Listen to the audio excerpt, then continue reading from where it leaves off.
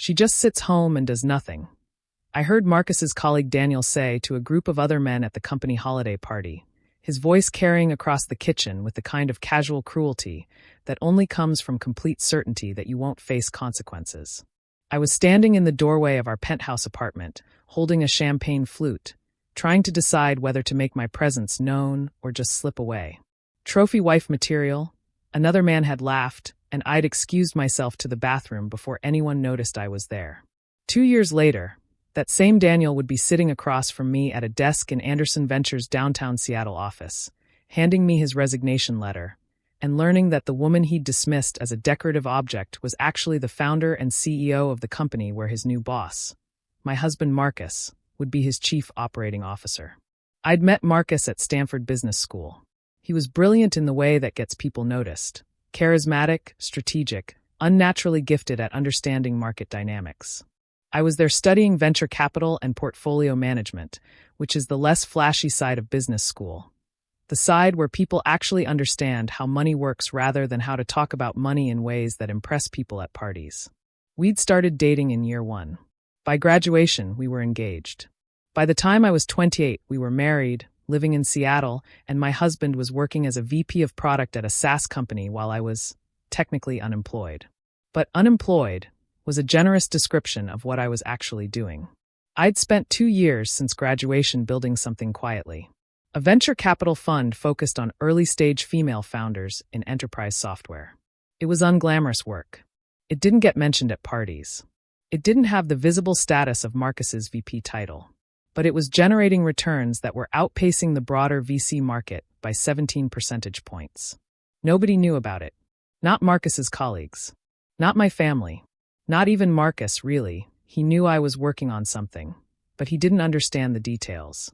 When people asked what I did, I'd say, I'm taking some time to figure things out, or I'm working on some personal projects. And then I'd change the subject. The result was that to everyone in Marcus's social and professional orbit, I was exactly what they'd described at that party, a trophy. A beautiful woman whose husband had done well enough to afford to keep her at home.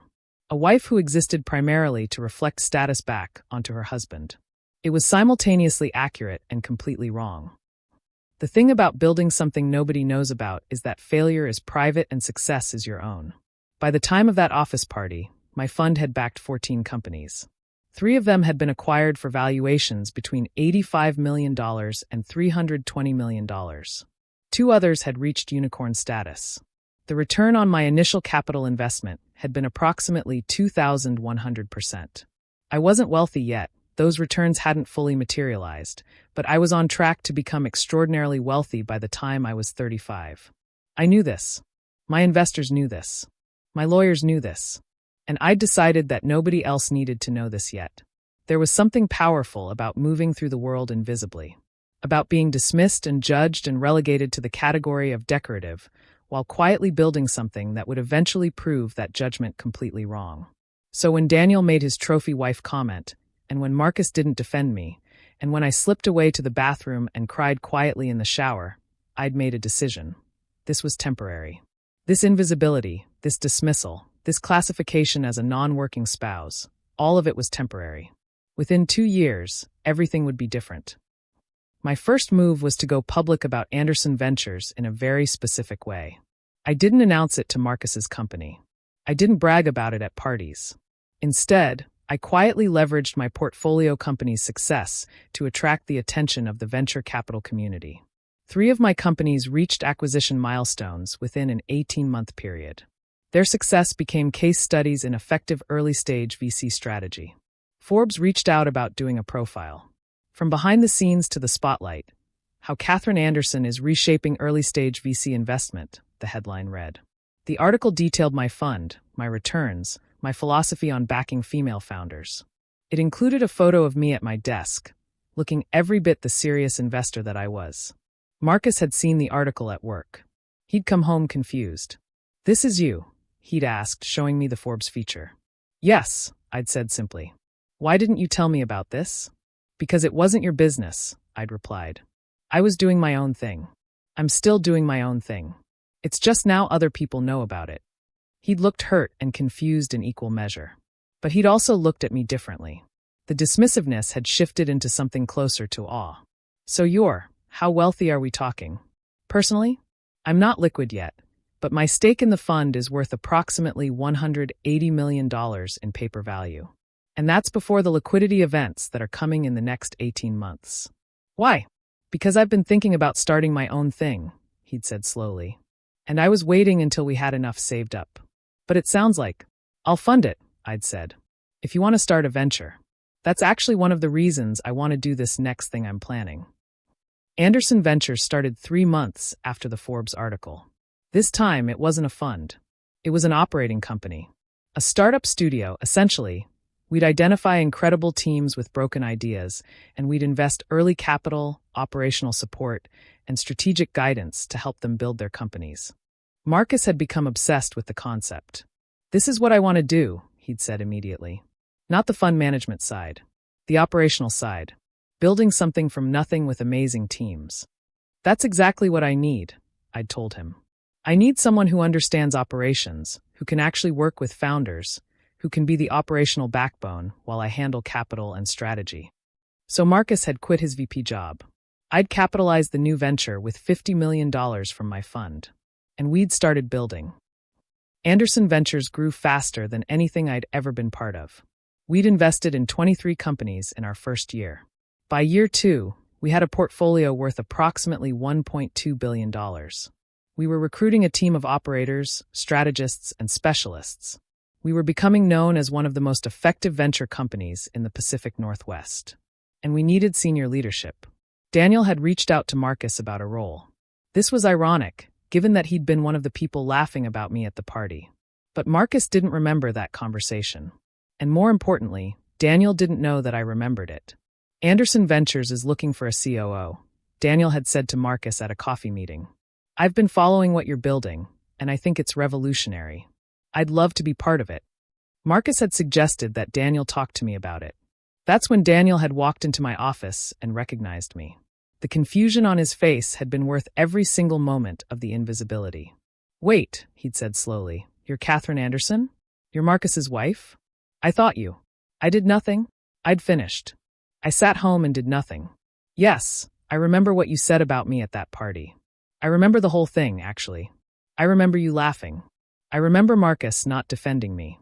I remember going to the bathroom and crying. He'd gone pale. I'm not going to not hire you because of that comment, I'd continued calmly. People say stupid things. But I want you to understand, going forward, that the woman you dismissed as a trophy wife is the person who will be signing your paychecks. And if that's a problem for you, you can leave right now. He'd stayed. He'd become an extraordinary COO. And he'd become very intentional about recognizing and crediting the contributions of everyone in the room, not just the people he thought mattered. By year 2 of Anderson Ventures, Marcus was making $8 million in base salary plus equity.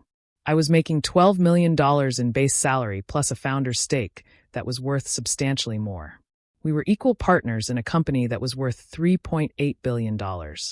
At the annual industry conference, where venture capitalists gathered to celebrate the year's biggest wins, I was asked to give a keynote about building portfolio companies at scale. The audience was mostly men. Most of them were probably the same kind of men who'd made trophy wife jokes at parties about their friends' wives. I'd decided to be direct. I've been called a trophy wife, I'd said from the stage. At my husband's office party, colleagues laughed about the fact that I apparently did nothing. 2 years later, I'm the CEO of a company worth nearly $4 billion. They report to me now. And most importantly, they've learned something important. That women who appear to be invisible in traditional corporate structures are often building empires that will eventually make them very visible. The applause had been deafening. Afterward, Daniel had approached me.